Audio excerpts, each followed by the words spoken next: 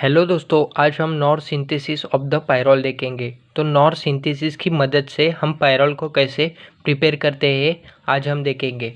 तो सबसे पहले हम रिएक्टेंट के तौर पर हम लेते हैं alpha amino beta keto Easter.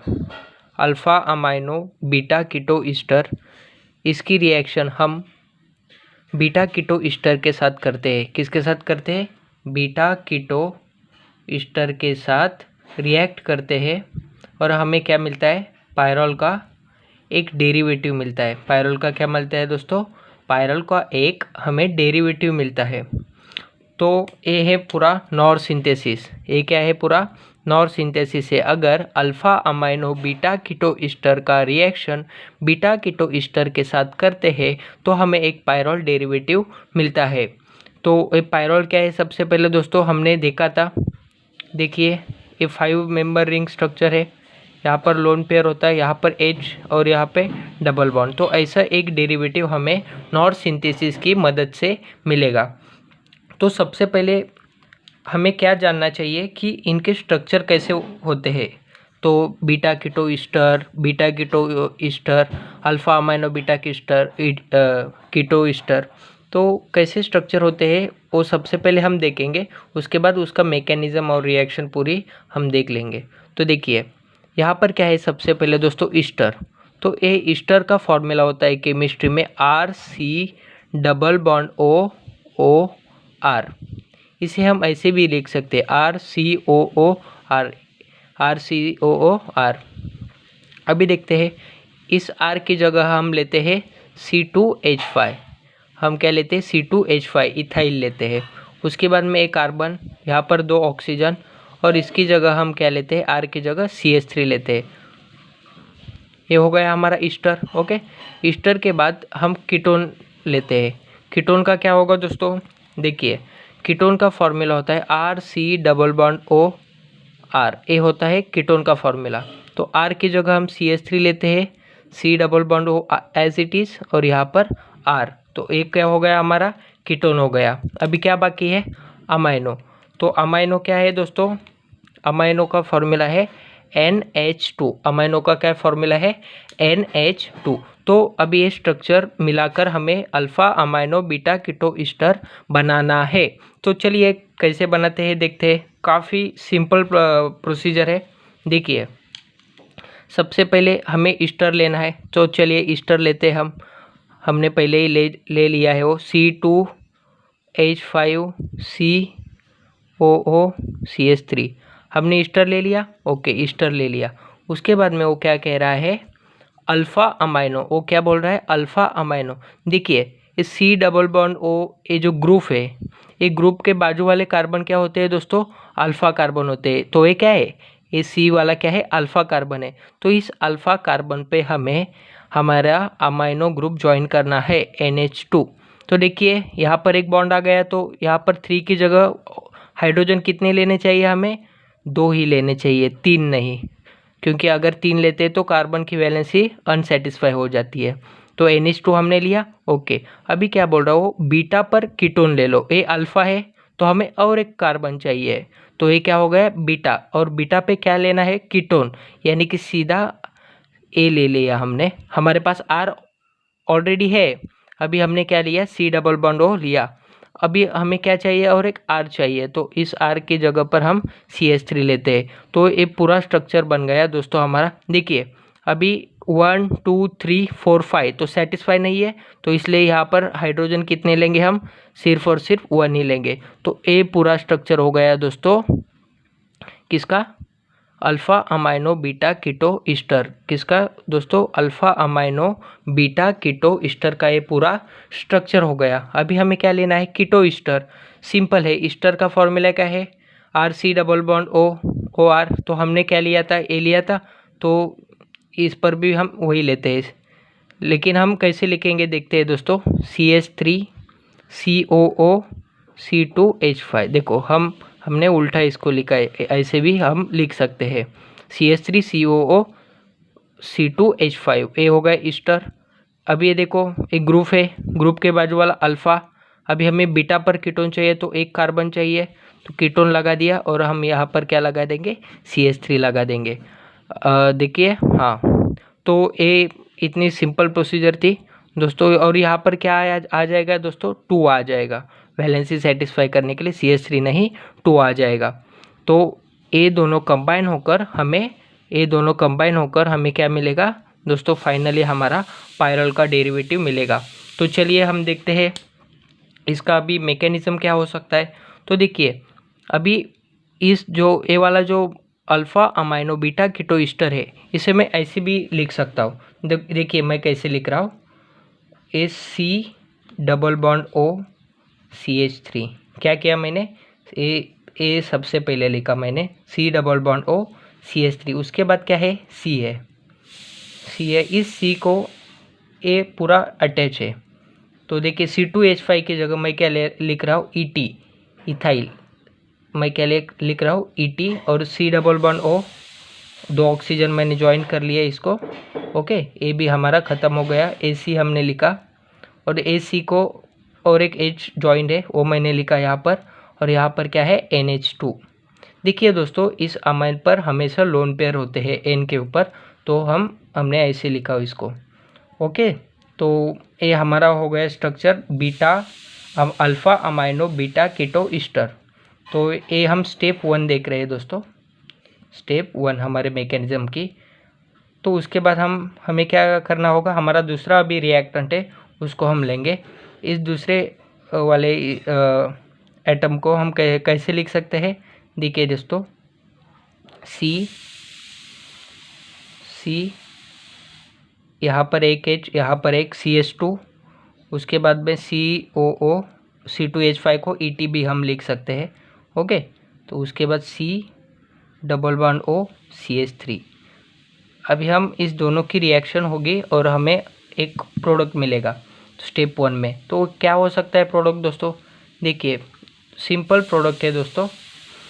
सबसे पहले क्या होता है, ए वाला जो कार्बन और ऑक्सीजन के बीच में एक बॉन्ड है, इसमें एक बॉन्ड में 2 इलेक्ट्रॉन है। तो ये क्या करता है, ऑक्सीजन दोनों भी इलेक्ट्रॉन अपनी तरफ खींच लेता है, क्योंकि ज़्यादा इलेक्ट्रोनेगेटिव है कार्बन और ऑक्सीजन में। ऑक्सीजन क्या है, ज़्यादा इलेक्ट्रोनेगेटिव है, तो इसलिए दोनों भी इलेक्ट्रॉन अपनी ओर खींच लेता है। तो इस कार्बन की वैलेंसी सेटिस्फाई नहीं हो पाती, तो क्या करता है, ये जो अमाइन है वो क्या करता है, अपने दोनों इलेक्ट्रॉन इसके साथ प्रोवाइड कर एक बॉन्ड बनाता है। तो चलिए क्या होता है हम देखते हैं। तो सबसे पहले हम ए एज इट इज़ लिखेंगे, CH3, उसके बाद C, उसके बाद डबल बॉन्ड O, उसके बाद एक बॉन्ड C, उसके बाद ET COO, उसके बाद नीचे H आएगा। और देखिए यहाँ पर N, यहाँ पर 2 हाइड्रोजन थे तो इसलिए हमने क्या लगा दिए, 2 हाइड्रोजन लगा दिए। और इस वाले लोन पेयर से क्या बनाया है, इसने C के साथ, इस वाले C के साथ बॉन्ड बनाया है। और देखिए ये जो ऑक्सीजन है वो दोनों के दोनों इलेक्ट्रॉन अपनी ओर खींच लेता है। ये देखिए ऑक्सीजन ने इलेक्ट्रॉन खींच लिया है। और इस C के नीचे एक CH3 है, उसके ऊपर C, यहाँ पर H, यहाँ पर H, यहाँ पर COO ET। तो ये स्ट्रक्चर बन गया हमारा, ये फर्स्ट स्ट्रक्चर हमें मिल गया। अभी स्टेप 2 में क्या होता है देखते हैं। स्टेप 2 देखेंगे, ये स्टेप 1 थी दोस्तों। तो स्टेप 2 जब हम चालू करेंगे तो ये स्ट्रक्चर जो है वो एज इट इज़ यहाँ पर लिखेंगे। मैं फास्ट लिखता हूँ, CH3, अब ध्यान दीजिएगा, C, ET, COO, H, यहाँ पर N, यहाँ पर H, यहाँ पर H, यहाँ पर C, यहाँ पर CH3, यहाँ पर O, COO ET, यहाँ पर H, यहाँ पर H। तो ये स्ट्रक्चर मैंने क्या कर लिया दोस्तों, एज इट इज़ रख दिया। देखो दोस्तों और एक चेंजेस हमें करना है। ये क्या है, नाइट्रोजन दोनों भी लोन पेयर दे देता है, तो इसके ऊपर कौन सा चार्ज आ जाएगा दोस्तों, इसके ऊपर चार्ज आ जाएगा पॉजिटिव। इसके ऊपर कौन सा चार्ज आएगा, पॉजिटिव। लेकिन नाइट्रोजन के ऊपर कभी भी पॉजिटिव नहीं रहता। तो क्या करता है नाइट्रोजन, ये जो अपने साथ जो H था, जो बॉन्ड बना रखा था उसने, वो दोनों के दोनों इलेक्ट्रॉन अपनी तरफ खींच लेता है। ये दोनों तरफ अब इलेक्ट्रॉन खींच लेता है। तो हाइड्रोजन बेचारा क्या अकेला पड़ जाएगा ऐसे H+ में। तो क्या होगा, ये 2 इलेक्ट्रॉन ऑक्सीजन के पास थे, ये 2 ऑक्सीजन के इलेक्ट्रॉन H के साथ मिलकर एक OH बनाते हैं। तो चलिए क्या होता है देखते हैं। सबसे पहले ये एज इट इज़ लिखेंगे CH3 C double bond O, यहाँ पर CETCOO, यहाँ पर H, यहाँ पर N। अब दोस्तों इस नाइट्रोजन ने H को क्या बाहर निकाल दिया है, तो यहाँ पर सिर्फ एक ही H रहेगा और इसने दोनों भी इलेक्ट्रॉन अपनी तरफ खींच लिए हैं, इसलिए इसके ऊपर लोन पेयर आ जाएगा। उसके बाद में C, उसके बाद में CH3। अभी ये 2 ऑक्सीजन के पास लोन पेयर थे एक, तो उसने डोनेट किए H को, तो क्या बन गया, OH बन गया दोस्तों। क्या बन गया, OH बन गया। और यहाँ पर एक H, यहाँ पर एक H और COOET। समझे दोस्तों? तो इतना इजी था। अभी क्या होता है देखिए, अभी AOH जो है अपना एक इलेक्ट्रॉन लेकर बाहर आ जाता है, तो जो एक बाकी बचा हुआ इलेक्ट्रॉन किधर आ जाता है, यहाँ पर आ जाता है दोस्तों। और A वाला जो एक H है वो एक H लेकर बाहर आ जाता है ऐसे, और AOH भी ऑलरेडी आ चुका है एक इलेक्ट्रॉन लेकर। तो ये दोनों भी एक बॉन्ड बनाकर क्या बनाते हैं दोस्तों, H2O बनाते हैं। क्या बनाते हैं, H2O बनाते हैं। और यहाँ पर जो एक इलेक्ट्रॉन था वो यहाँ पर आ जाता है, तो ये दोनों के पास एक एक इलेक्ट्रॉन है, तो इसका ये क्या बनाते हैं दोस्तों, डबल बॉन्ड बनाते हैं। क्या बनाते हैं, डबल बॉन्ड बनाते हैं। और क्या होता है दोस्तों, और ये जो ऑक्सीजन और कार्बन के बीच में जो एक बॉन्ड है, ऑक्सीजन ज़्यादा इलेक्ट्रोनेगेटिव होने की वजह से इलेक्ट्रॉन अपनी ओर खींच देता है। अपनी ओर खींचेगा तो यहाँ पर वैलेंसी क्या, अनसेटिस्फाई होगी, बराबर ना। तो ये क्या करता है, ये जो हाइड्रोजन। तो दोस्तों अभी हम स्टेप 3 देखेंगे।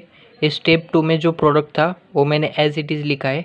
अभी क्या होता है दोस्तों देखिए, ये जो OH था वो अपने OH और H निकल कर क्या, H2O बाहर हो जाता है, और यहाँ पर H+ भी यहाँ पर बाहर हो जाता है।